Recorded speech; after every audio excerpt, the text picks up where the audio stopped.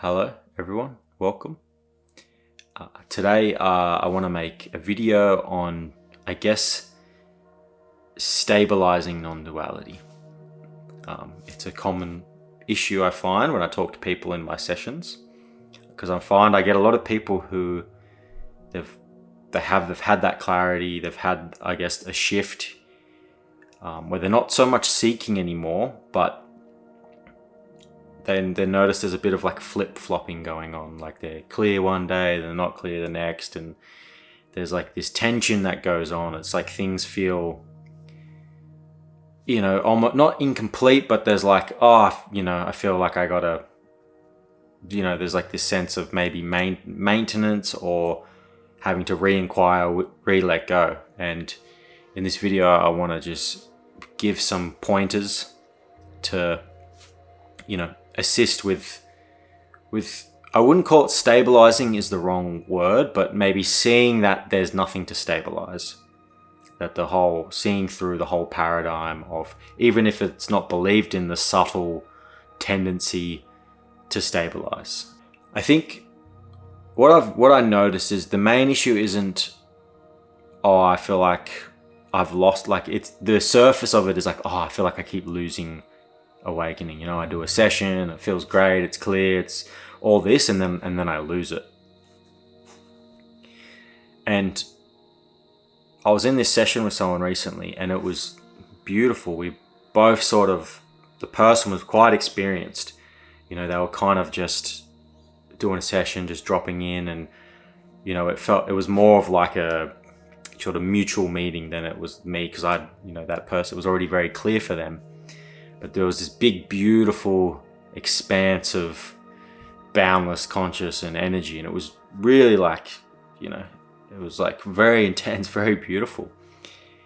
And as I was in it, as beautiful as it was, what I realized is like, to put it in a poetic way, the words, don't let this moment shine, let all moments shine equally as bright. Or don't only let this moment shine bright, let the dull moments shine as bright as this one. And that's just a poetic way of saying, don't cut reality up into like, okay, I'm having this boundless experience of pristine clarity and dissolution, right, of self, and there's just this, samadhi or whatever. And I think people do this in different ways, not to that extreme, but they go, when I'm in a state of ease, flow, peace, not tension, like things are clear. And then I lose it when I'm not in that state. And that is just a very sneaky trick of the mind. It's so good at, dividing up reality, recreating a duality, a state that you define as awake, and whatever that may be for you. Maybe it's when you have no thoughts, or there's peace, or there's ease. And then when there's dullness, there's, resistance, agitation, all these sort of things that you don't equate with awakening, the mind starts cutting it up, and now it's lost it. And it's kind of like a self-fulfilling prophecy, because the moment that's split, it's like, you're kind of, paradoxically you kind of do, in a sense, lose it, but not because anything's changed, but because you've believed in the thought that you have. You'd never actually lose this. You can't lose this. A good inquiry with people is like, can you get away from this? Could you get away from this if you tried? It's only a thought that, or you associate a certain experience with that being awake. And as Emerson would say, what's between awake and asleep? What's between I got it and I lost it?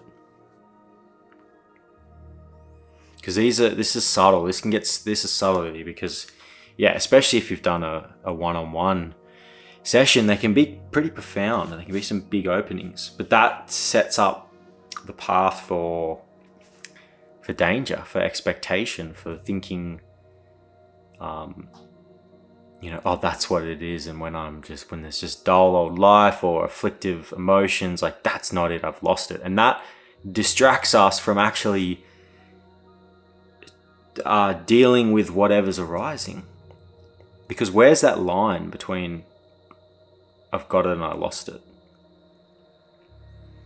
It's only it's only when you start splitting up and labeling reality that now you've got it. Now oh, it's clear. Now it's not. Like, that's the mind that does that. The problem isn't what's being experienced. It's interpreting. It's reforming a relationship with experience again and chopping it up.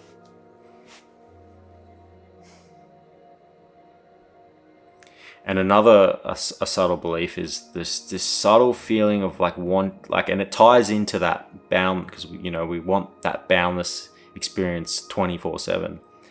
And then there's that that thought comes in when things are a little dull, maybe just at work and you're going through the motions of life, and it's just this little thought that says, I want the moment to be just a little bit more than it is.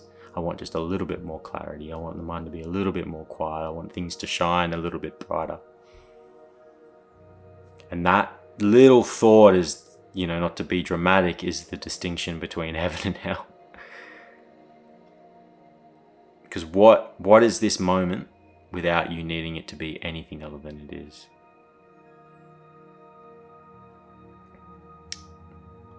Without the thought, this needs to be anything more, this needs to be awake, this needs to be anything, like, what is this? Without needing it to be more. And it's a sense of unconditionality towards it, and it reflects that almost back to you. Not to get too lost into technicality, but yeah, one little thought of wanting this to be more, even if things are clear, like, oh, I wish it was just a bit clearer. Things just aren't, they're clear, but they're not like in my face clear.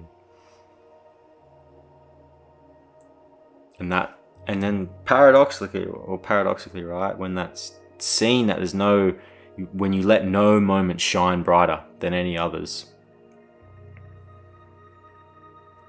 there's no distinction now between awake and asleep. There's no better this, better that. There's just only as it is, just this, and you can't get away from it. It consumes everything and it takes no prisoners.